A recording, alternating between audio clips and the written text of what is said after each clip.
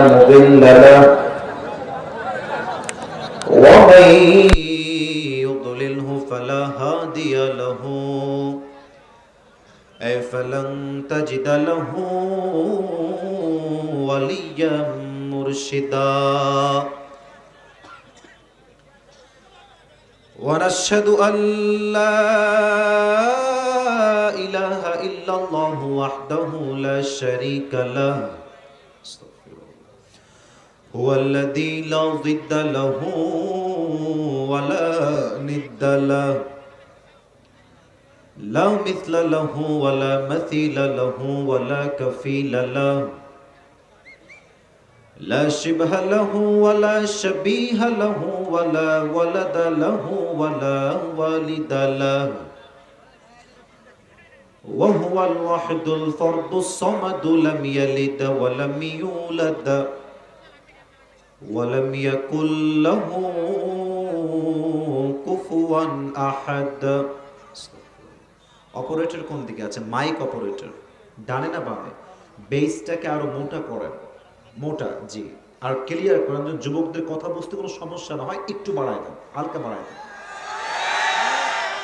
ونشهد أن سيدنا ونبينا وحبيبنا وحبيب ربنا وطبيبنا وطبيب أرواحنا محمدا عبد الله ورسوله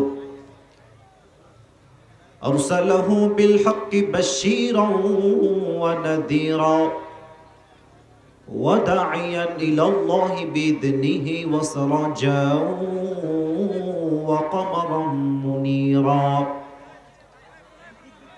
أما بعد فأعوذ بالله من الشيطان الرجيم بسم الله الرحمن الرحيم وما أرسلناك إلا رحمة للعالمين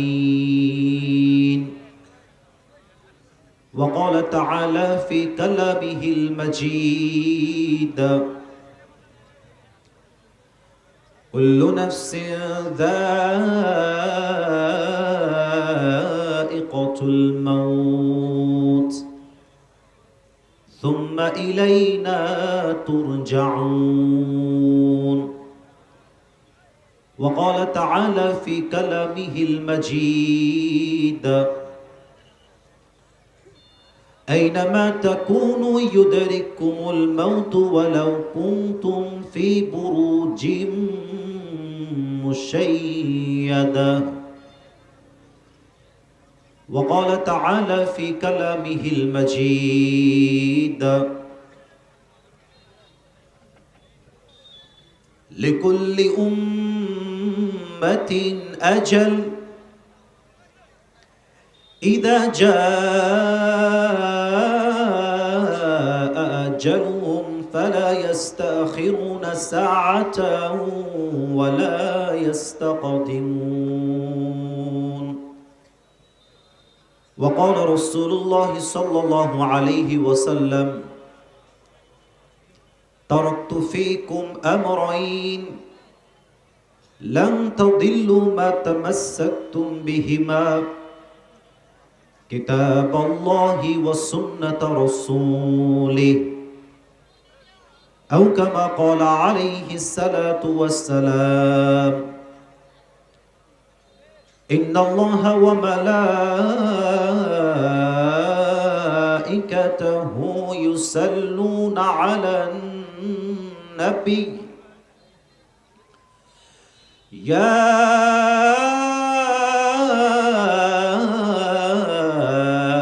أيها الذين آمنوا صلوا عليه وسلموا تسليما اللهم صل على محمد وعلى آل محمد كما صليت على إبراهيم وعلى آل إبراهيم إنك حميد مجيد আস্তাগফিরুল্লাহ আস্তাগফিরুল্লাহ। আমাদের আজকে এই প্রোগ্রাম ঠাকুরগাঁও বালিয়াডাঙ্গি উত্তর লালাপুর নূরে বাইতুন নাজাত জামে মসজিদের উদ্যোগে তৃতীয় বার্ষিকী ঐতিহাসিক তাফসিরুল কোরআন মাহফিল। আমার পূর্বে কথা বলেছেন আমার প্রিয় কলেজের টুকরা ভাই মাওলানা মঞ্জুর আলম, উপস্থাপক বিটিভি ও বিটিভি ওয়ার্ল্ড এবং খতিব আল্লামা তারেক মনোয়ারের জামে মসজিদ আশুলিয়া ঢাকা। মাশাআল্লাহ, আমার প্রিয় ভাই অত্যন্ত চমৎকার ভাষায় মাশাআল্লাহ কথা বলছেন, আমি শুনছিলাম আসার সময়। আমার প্রিয় ভাইয়ের জন্য আমি দিল থেকে দোয়া করে দিই, আল্লাহ আমার প্রিয় ভাইকে ইসলামের একজন একনিষ্ঠ দায়ী হিসেবে কবুল এবং মঞ্জুর করুক। পড়েন সবাই আমিন। তো ঠাকুরগাঁয়ের আওয়াজ পাইলাম না। আমি তো ঠাকুরগাঁয়ে এর আগে এসেছিলাম, আপনাদের যে সাউন্ড দেখে গেছি, আমার তখনই মনে গেঁথে গেছে ঠাকুরগাঁয়ের সন্তান যখন কথা বলে এরা কাপুরুষের মতো না, এরা বীর পুরুষের মতো কথা বলতে বেশি পছন্দ করে, ঠিক কিনা বল? ওই ভাইবটা আবার চাই। বলেন তো সবাই একবার জোরে সোরে আমিন। আর একবার বলেন সবাই আমিন। That's amazingly appreciated. খুব ভালো লাগছে এটা। আপনাদের আজকে এই প্রোগ্রামে সভাপতি রয়েছেন মজলুম নেতা জনাব অধ্যাপক মাওলানা মোহাম্মদ আব্দুল হাকিম সাহেব, কেন্দ্রীয় মজলিসের শুরা সদস্য ও সাবেক আমির বাংলাদেশ জামাত ইসলামী ঠাকুরগাঁও জেলা শাখা। স্যার কি এসেছেন? আসেন নাই স্যার, অসুস্থ। আচ্ছা, আল্লাহ স্যারকে নেক হায়াত দান করুক। পড়েন সবাই আমিন।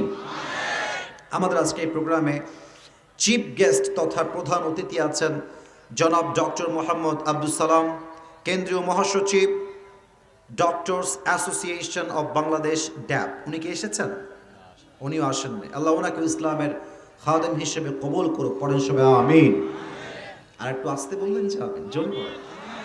আর একটু জোরে বলুন আমিন।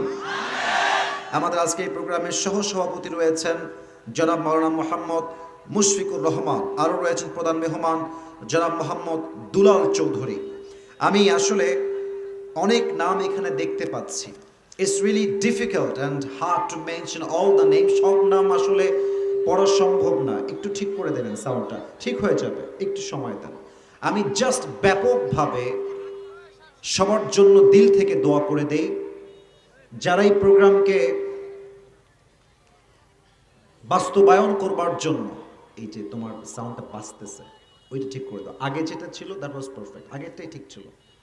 যারা এই প্রোগ্রামকে বাস্তবায়ন করবার জন্য দিন রাত পরিশ্রম করেছে, মাথার ঘাম পায়ে ফেলেছে, আল্লাহ সকলের কষ্টকে যেন তার জান্নাতুল ফেরদাউসে যাওয়ার ওয়াসিলা হিসেবে কবুল করে। পড়েন সবাই আমিন। আমার প্রিয় ঠাকুরগাঁয়ের বালিয়াডাঙ্গির ভাইয়েরা, আমি আজকের প্রোগ্রামকে জাস্ট চোখের দেখায় অবজার্ভ করে দুইটা কথা বলবো। এক নাম্বার, ঠাকুরগাঁয়ে আমি এর আগেও অনেক মাহফিল করেছি, অনেক বলতে খুব বেশি না, তবে খুব বেশি ক্রাউড ছিল। এতটা ক্রাউড যে ওঠাও কষ্টকর, নামাও কষ্টকর। ইভেন আমার জুব্বাও ছিঁড়ে গেছিল, ইভেন আমি উল্টায় পড়েও গেছিলাম। এটা এই ঠাকুরগাঁয়ের মাটিতে। সো কম্প্যারেটিভলি আপনাদের এন্ট্রিটাও সেফ, এক্সিটটাও আশা করছি সেফ হবে। এবং যত মাহফিল গততে করেছি, আমি জাস্ট ভালোবেসেই বলছি, এটা ফিডব্যাক দিচ্ছি, আজকের পরিবেশ সবচেয়ে সুন্দর। শ্রোতা একদম কাছাকাছি, স্টেজ উঁচাও না, একদম মাটির সঙ্গে নিচেও না, পারফেক্ট স্টেজ, মাশাআল্লাহ। দুই নাম্বার, আমি যা দেখতে পাচ্ছি আজকের এই মাহফিলে, left side, right side, front side, যত অডিয়েন্স এসেছে, if I am not making any mistake, যদি আমার ভুল না হয়, আমার মন বলছে আজকের মাহফিলের 90% বেশি শ্রোতা যুবক ভাই আজকের মাহফিলে এসেছে। আল্লাহ যুবকদেরকে কবুল এবং মঞ্জুর করুক। পড়েন সবাই আমিন। সাউন্ডটা আরেকটু বাড়াই দেন তো ভাই, আরেকটু বেসটা বাড়াই দেন, তাহলে হবে। আমার প্রিয় যুবক ভাইয়েরা, কেমন আছেন আপনারা সবাই? আমার মুরব্বী আব্বা জানরাও এসেছেন, আমরা দোয়া করে দেই আমার মুরব্বী আব্বা জানদেরকে আল্লাহ তাআলা আবু বকর রাদিয়াল্লাহু তাআলা আনহুর মতো কবুল এবং মঞ্জুর করুক, পড়েন সবাই আমিন। আমি চাই আজকের মাহফিলটা ঐতিহাসিক হয়ে থেকে যাবে ফেসবুকে, ইউটিউবে, অনলাইনে, পুরো বাংলাদেশে। আমি তো চাই, আপনারা সবাই চান কি চান না? আসতে বললেন যে চাই কি চাই না? শর্ত দুইটা, যদি ঐতিহাসিক মাহফিল করতে চান শর্ত দুইটা। এক, যতক্ষণ পর্যন্ত দোয়া শেষ না হবে যদি কেউ উঠে যায় উইথ ডিসেন্ট ম্যানার, ভদ্রতার সঙ্গে তার লুঙ্গিটা টান দিয়ে ধরে বসায় দিবেন। দোয়া শেষ না করে কোনো মামুর বেটা যেতে পারবে না, রাজশাহীর ভাষায় বলে মামুর বেটা। অতএব দোয়া অবধি সবাই থাকবেন, নাম্বার ওয়ান। নাম্বার টু, আমি যে বিষয়ে কথা বলবো, যে সেন্ট্রাল থিম নিয়ে কথা বলবো, যে আলোচ্য বিষয়কে সিলেক্ট করব, যে কথা ঠিক সেই কথা ঠিক বলবেন, যেখানে সুবহানাল্লাহ সেখানে সুবহানাল্লাহ বলবেন। কারণ আপনাদের সাউন্ডই প্রমাণ করবে যে আমার সামনে কোনো বিড়ালের বাচ্চা নয়, সব সিংহের বাচ্চাগুলো আমার সামনে বসে আছে। এরা এই সাউন্ড সবার দেওয়া যাবে তো ইনশাআল্লাহ? আল্লাহ যেন কবুল করে, পড়েন সবাই আমিন। আপনার সাউন্ডটা অনেক পারফেক্ট হয়েছে মাশাআল্লাহ, শুধু একটু ভাইব দেন, বেজের ভাইব যেন কানে এসে বাজে। প্রত্যেকদিন মাহফিল তো বেশি জোরে কথা বললে গলায় কষ্ট হয় ভাইজান, একটু ভাইব বাড়ায় দেন তাহলেই হবে। Perfect sound, Thakurgaon brand, sound brand, মাশাআল্লাহ। আল্লাহ যেন কবুল করে, পড়েন সবাই আমিন। আমি কোরআন থেকেই তাফসীর পেশ করতে চাই, বাট যেহেতু আমাকে এই মাহফিলে নিয়ে আসার পেছনে যুবকদের শ্রম সবচেয়ে বেশি এবং যুবকদের হাড় ভাঙ্গা পরিশ্রমে আজকের মাহফিলে আমি এসেছি, এবং আমি দেখতে পাচ্ছি আমার সামনে most of the people they are young, বেশিরভাগ আমার যুবক ভাইয়েরা এসেছে। অতএব আমি আপনাদের কাছে পারমিশন চাই, এটা অনুমতি চাচ্ছি। যদি পারমিশন পাই তবেই বলবো, আদারওয়াইজ সোজা তাফসিরে ঢুকে যাব। আমি চাই যুবকদের জন্য স্পেশালি 5টা মিনিট কথা বলবো ভূমিকার মধ্যে। আপনারা মনে হয় কেউ চান না, তাই না? আওয়াজ তো হয় না, আমরা সবাই চাই নাকি? চাই না? 5টা মিনিট সময় দিবেন, জাস্ট কয়েকটা কথা বলবো, এই কথাগুলো শেষ হবে, then we will talk about the central theme or subject matter. তাফসীর নিয়ে কথা হবে। সবাই একটা তাকবীর দিবেন কথা শুরু করার পূর্বে, একটা কাশি দেন সবাই, একবার তাকবীর দিবেন, জাস্ট একবার। নারে তাকবীর। যুবকদের জন্য 3টা কথা আজকে বলতে চাই। প্রথম কথা, যদি তুমি তোমার জীবনে ইতিহাস করতে চাও, যদি তুমি তোমার জীবনে সফল হতে চাও, জীবনে তোমার রিস্ক নেওয়া শিখতে হবে।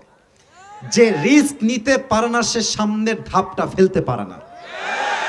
আচ্ছা, এখানে অনেক যুবক আছে যারা সাইকেল চালাতে পারে, এরকম যুবক আছে না নাই? অনেক যুবক আছে বাইক চালাতে পারে, এরকম যুবক এই মাহফিলে আছে না নাই? যে সাইকেল চালাতে পারে, আমি আসিফ হুজুর হিসেবে আই ক্যান গ্যারান্টি, আমি বলতে পারবো 100 নিশ্চিত হয়ে, যে সাইকেল আজকে চালাতে পারে, সে সাইকেল চালাতে গিয়ে কয়েকবার উল্টায় পড়ছে, তার হাতে খাম হয়েছে, তার পায়ে খাম হয়েছে। যেই যুবক বাইক চালাতে পারে, ও বাইক একদিনেই চালাইতে শেখে নাই, হাত ভাঙছে, পা ভাঙছে, খাম হয়েছে, তারপরে সে আজকে বাইক চালাইতে শিখেছে। অতএব তুমি যদি বাইক চালাতে গিয়ে রিস্ক না নিতা, তুমি আজকে বাইক চালাইতে পারতা না, ঠিক কিনা বলো? জীবনে ভালো কিছু করতে হলে রিস্ক নেওয়া জানতে হয়। কথায় বলা হয়, if there is no risk there is more risk. যেই কাজে রিস্ক নাই সেই কাজে আরো বেশি রিস্ক, এই জন্য কারণ রিস্ক নেওয়া ছাড়া জীবনে সফলতা দেখা পাওয়া যায় না যুবক ভাইরা, ঠিক কিনা বলো? So try to learn how to take risk. একটা কথা মাথায় রাখবা, খুব ভালো করে বোঝো, আবার কবে দেখা হবে এটা একমাত্র আল্লাহ তাআলা ছাড়া পৃথিবীর কেউ জানে না। আমি চাই আমার এই কথাগুলো তোমাদের হৃদয়কে টাচ করুক। আমি চাই প্রত্যেকটা জীবনে, প্রত্যেকটা যুবক তার জীবনে সফল হোক। আমরা সবাই চাই কি চাই না? অলওয়েজ অলওয়েজ মাথায় রাখবা, আমাদের যেই যুবক ভাইরা, আচ্ছা আমাদের প্রধান অতিথি আসনাল স্যারকে কবুল এবং মঞ্জুর করুক, পড়েন সবাই আমিন। অলওয়েজ মাথায় রাখবা, যারাই জীবনে সফল হয়েছে, যারাই তাদের জীবনে অনেক ভালো কিছু করেছে, তারা সমাজ থেকে আগে নিজেকে বের করে রেখেছে, বন্ধু বান্ধব চেঞ্জ করেছে। ফ্রেন্ড সার্কেল যার গাঞ্জাখোর সে নিজেও গাঞ্জাখোর, যার বন্ধু গাঞ্জা খায় সে নিজেও গাঞ্জা খায়, ঠিক কিনা বলে? যে যেমন তার বন্ধু তেমন। অতএব আজ থেকে প্রথম শিক্ষা, জীবনে সফল হতে চাইলে রিস্ক নেওয়ার দরকার। বলেন সবাই, আছে না নাই? 2 নাম্বার কথা, খুব মনোযোগ বাড়ায় দেন সবাই, আমার কলিজার টুকরা ঠাকুর গায়ের বালিয়াডাঙ্গির ভাইরা। আমি প্রত্যেকটা যুবককে অ্যাড্রেস করে বলতে চাই, জীবনে যেই কাজ করবা ডিসিপ্লিন মেইনটেইন করে চলবা। বলো তো, আমাদের দেশে সোলজার, আর্মি নাম শুনেছেন না আপনারা সবাই? নাম শুনেন না আপনারা সবাই? আর্মি সবচেয়ে বেশি ডিসিপ্লিন মেইনটেইন করে চলে। আমার চিন্তা কেমন জানেন? আমি যখন কোনো একটা কাজ করব বলে নিয়ত করি আমার জীবনে, আমি চিন্তা করি হয় আমি সেই কাজটা করব, নয় আমি মরব। আমি মরার আগেও সেই কাজ করব, যতদিন বেঁচে আছি সেই কাজটা করতে করতে আমি বাঁচবো, ঠিক কিনা বলে? আচ্ছা, এখন বাজে রাত 11টা। অনেক যুবক দেখবেন আজকের মাহফিলে নিয়ত করবে, আসিফ হুজুর আজকে মোটিভেশন দিয়েছে, আজ থেকে আর কোনো অলসতা নয়, কাজ করতেই হবে। বাসায় গিয়ে অ্যালার্ম ঘড়ি নিবে, ঘড়ি নিয়ে জাস্ট 6টার সময় অ্যালার্ম দিবে, 6টার সময় ঘুমায় আছে, ঘুম ঘুম, হঠাৎ করে অ্যালার্মটা সাডেনলি ভাইব্রেশন হওয়া শুরু হয়ে গেছে। চোখ খুলেছে যুবক, চোখ খুলেই প্রথমেই চিন্তা আসছে, ইসরে আজকে তো রাত জেগে ওয়াজ শুনেছি, আজকে থাক, কাল থেকে দেখা যাবে। কথা ভুল বললাম না ঠিক বললাম? বলেন ঠিক? আচ্ছা, ওই মুহূর্তে যুবক কি করবে? তার মোবাইল ফোনে একটা অপশন আছে স্নুজ অপশন, স্নুজ, জাস্ট এইটা হটায় দিবে। আচ্ছা, তারপর অ্যালার্ম আবার রিপিট করবে যে স্যার আপনি তো আমাকে অ্যালার্ম দিয়েছিলেন 6টার সময়, আপনাকে ডাকতে হবে মহারাজ, একটু ওঠেন না মহারাজ। কিন্তু মহারাজ কি ভাববে যে কোথায় যেন একটা ফেসবুকে রিলস দেখেছিলাম, টিকটকে দেখেছিলাম যে একটা মানুষের জীবনে সুস্থ থাকতে চাইলে 8 ঘন্টা ঘুমের কোনো বিকল্প নাই, আমার তো 8 ঘন্টা ঘুম হয় নাই। দেখবেন ওই চিন্তা অ্যালার্ম বাজার সময় আপনার মাথায় আসবে, ঠিক কিনা বলেন? এবার একটা হাদিস শোনা। মানুষ যখন ঘুম থেকে উঠে, শয়তান তার মাথায় 3টা গিট বাঁধে। বলেন সবাই, কয়টা গিট বাঁধে? প্রথম গিট কখন খোলে? আপনি জাস্ট উঠলেন, চোখ খুললেন, আপনি পড়লেন ঘুম থেকে উঠার দোয়া, আলহামদুলিল্লাহিল্লাযী আহইয়ানা বাদামা আমাতানা ওয়া ইলাইহিন নুশুর। জাস্ট দোয়া পড়বেন, অলসতার প্রথম গিট খুলে যাবে। এবার যখন আপনি ঘুম থেকে উঠে বেড থেকে উঠে দাঁড়াবেন, আবার আরেকটা গিট খুলে যাবে। 3 নাম্বার, যখন আপনি ওযু করবেন আপনার 3 নাম্বার গিটটাও খুলে যাবে। এবার রাসূল বলছেন ফাসবাহা নাশীতাল কলব। 3 নাম্বার গিট যখন খুলে যায়, মানুষ তখন পরিপূর্ণ স্বাচ্ছন্দ্য হয়ে যায়, অ্যাক্টিভ হয়ে যায়, এবং সে এমনভাবে কাজ করতে পারে যে এই কাজের ক্ষমতা আটকে দেওয়ার কারো কাছে থাকতে পারে না, ঠিক কিনা বলে? অতএব মাথায় রাখতে হবে, যে কোনো কাজ করতে গেলে ডিসিপ্লিন মেইনটেইন করতে হবে। 3 নাম্বার কথা বলে আমি আমার কথার ভূমিকার কথার ইতি টানতে চাই। এই যুবক ভাইরা, তুমি কোন মেয়ের জন্য জীবনটা নষ্ট করলা? কোন মেয়ের জন্য? যেই মেয়ের এক ছেলে দিয়ে হয় না, যেই মেয়ের 12 জায়গায় মুখ না মলে তার শান্তি পাওয়া যায় না, যুবক ভাইরা বলো।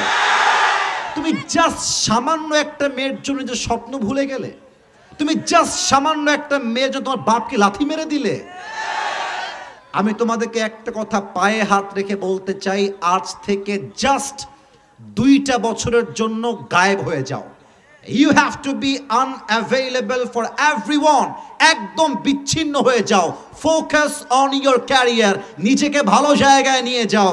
আজকে যেই মেয়ে তোমাকে রিজেক্ট করে দিয়েছে, 2 বছর পর এরকম কয়েক লাখ মেয়ে তোমার পেছনে লাইন ধরে বিয়ের জন্য দাঁড়িয়ে যাবে। और भी दुख है जमाने में मोहब्बत के सिवा, राहत और भी है वसल के राहत के सिवा, तू नहीं तो कोई और सही, कोई और नहीं तो कोई और सही, बहुत लंबी है जमी मिलेगी लाखों हंसी, इस जमाने में सलाम तू अकेला तो नहीं, ठीक कि ना बोले? আরে এক মেয়ে ঠকাইছ তো কি হয়েছে, প্রত্যেক মেয়ে তো ঠকবাজ নয়। তুমি আমাকে চিট করবা, তোমার জন্য একটা বিয়ে জায়েজ, আমি তোমার চিটে করে ভয় পাই না, আমার জন্য 4টা বিয়ে জায়েজ। অতএব আজ থেকে কোনো মেয়ের জন্য ক্যারিয়ার থেমে থাকবে না। আরে আমি হব সেই অপশন, যে অপশনকে চুজ করার জন্য কয়েক লক্ষ মেয়ে সিরিয়াল ধরে লাইনে দাঁড়িয়ে যাবে, ঠিক কিনা বলেন? আল্লাহ প্রত্যেকটা যুবককে ক্যারিয়ারে সফল হওয়ার তৌফিক দান করুক, পড়েন সবাই আমিন। আপনাদের বউ আছে কার কার একটু হাত তুলেন, বউ আছে? আচ্ছা, বউওয়ালারা হাত তুলেছে, হাত নামান। এবার কপাল পোড়া হতভাগা সিঙ্গেলরা একটু হাত তোলো সবাই। এ আমি বিশ্বাস করি না। ইন্না লিল্লাহি ওয়া ইন্না ইলাইহি। কারো বউ নাই? আহারে, আল্লাহ সবাইকে দিনদার নেককার বউ দিয়ে দিক, পড়েন সবাই আমিন। আসলে যুবকরা তো বিয়ে করতে, আরে বেটা হাত নামায়, মানে হুজুর আজকে আমি বিয়ে করেই বাড়ি যাব। আমি বলতে চাই যুবকরা বিয়ে করতে চায়, বাট মেয়ের বাপরা টাকা ছাড়া বিয়েতে চায় না যুবক ভাইরা। আর মেয়েদের রুচি এত খারাপ, টাকা পাইলে বুইরা টাকলার সঙ্গে বিয়ে করতে পারে। এরকম তো রংপুর ঠাকুর গায়ে নাই, নাই। আরে নাই রে ভাই, আমি কই নাই, এরা কই আছে, তার মানে মনে হয় আছে। কথা ঠিক আছে কিনা বলো? আল্লাহ এমন মেয়েদেরকে হেদায়েত দান করুক, পড়েন সবাই আমিন। 3টা তাকবীর দিবেন তাফসীর শুরু করার পূর্বে। প্রথম তাকবীর দিবেন আমার প্রিয় বিবাহিত ভাইয়েরা। বিবাহিত ভাইয়েরা একটু কাশি দিবেন, মান সম্মান রাখেন আমাদের একটু। হ্যাঁ, বিবাহিত ভাই যারা এসেছেন সমস্ত লজ্জা কাটায় ফেলেন। আরে আমার তো মনে হয় রংপুরের মাটি হচ্ছে সেই মাটি যে মাটির মধ্যে ঠাকুরগাঁও তো পড়ে, বাট রংপুরের প্রথম ইতিহাস হচ্ছে এই দেশের যে স্বাধীনতা আসছে সেকেন্ড টাইম, তার সূচনা রংপুর থেকেই শুরু হয়েছিল। আওয়াজ যেন কম না হয়। প্রথম তাকবীর দিবেন বিবাহিতরা, সিঙ্গেলরা চুপচাপ থাকবেন। বিবাহিত ভাইরা আমার সাথে তাকবীর দেন, নারে তাকবীর। আপনার নাম্বার পেয়েছেন 75। Now it's time for the single people. সিঙ্গেলরা একটু রেডি হয়ে যাও, কাশি দাও একটা। আল্লাহই জানে কারা জিতে, আমার কোনো ইনজাস্টিস করার চান্স নাই। Camera is open, they are recording my video. আমি চাই ইনসাফ ভিত্তিক নাম্বার দিতে। এবার টাইম হচ্ছে সিঙ্গেলদের। বিবাহিত ভাইয়ারা তালা দিবেন মুখে, keep quiet, keep silent. Single ভাইয়ারা লিল্লাহি তাকবীর। বিবাহিত ভাইয়ারা আমাকে মাফ করে দিবেন, হয় নাই, আপনারা পারবেন না। যার মনে যত কষ্ট বেশি তার গায়ে তত জোর বেশি, তাই না বলো? আল্লাহ আমার যুবক ভাইদেরকে কবুল করুক, পড়েন সবাই আমিন। তারা নাম্বার পেয়েছে আজকে 90 নাম্বার।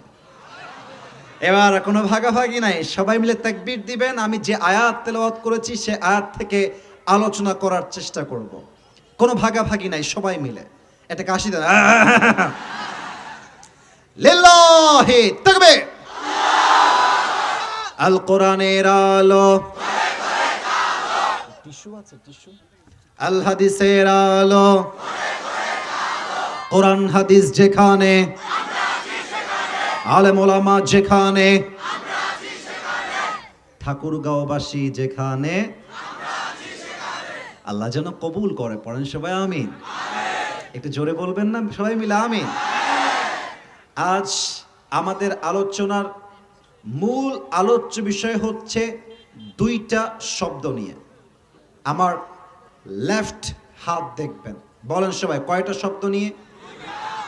আসতে হলো, সবাই বলেন কয়টা?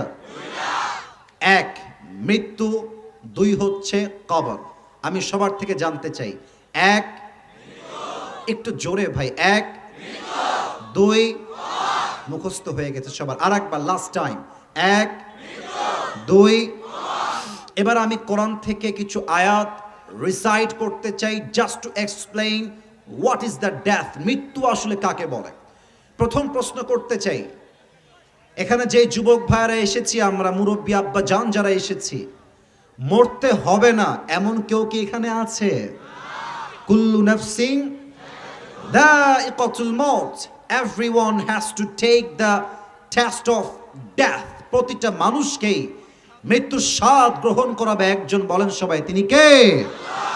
আচ্ছা, আমার দিকে একবার সবাই তাকান তো। হয়তোবা আমাকে আপনারা সোশ্যাল মিডিয়া, ফেসবুক, ইউটিউব অনেক জায়গায় আগে দেখেছেন, আজকে অনেকে ফেস টু ফেস আমাকে প্রথম দেখছেন। আচ্ছা, লজ্জা নাই, কোনো প্রকার কোনো হ্যাজিটেশন নেই। আমি জাস্ট একটা প্রশ্ন করব, মন খুলে উত্তর দিবেন, কোনো ভয় নেই, আমি ধমক দিব না কাউকে। আমাকে আজকে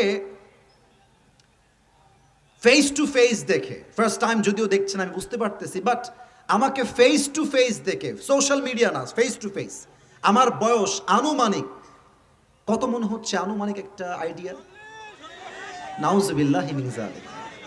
40 কে বললো রে? ওই বেটা ওই, আমারে বুড়া মনে হয়? আচ্ছা 25 একটা পাওয়া গেছে। আর কোনো মতামত? 25? আচ্ছা ওকে, স্টপ স্টপ, থামো থামো, লেট মি টক। না থামো। কেউ বলেছেন 25, কেউ বলেছেন 32, বাট আমার বয়সটা 25ও না, 32ও না, 25-এর উপরে, 30-এর নিচে। মারহাবা বলেন।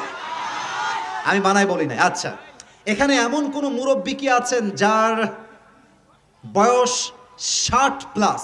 বেয়াদবি নিবেন, একটু হাত তুলবেন। 60 বছর বয়স হয়েছে মুরব্বী কেউ আছে?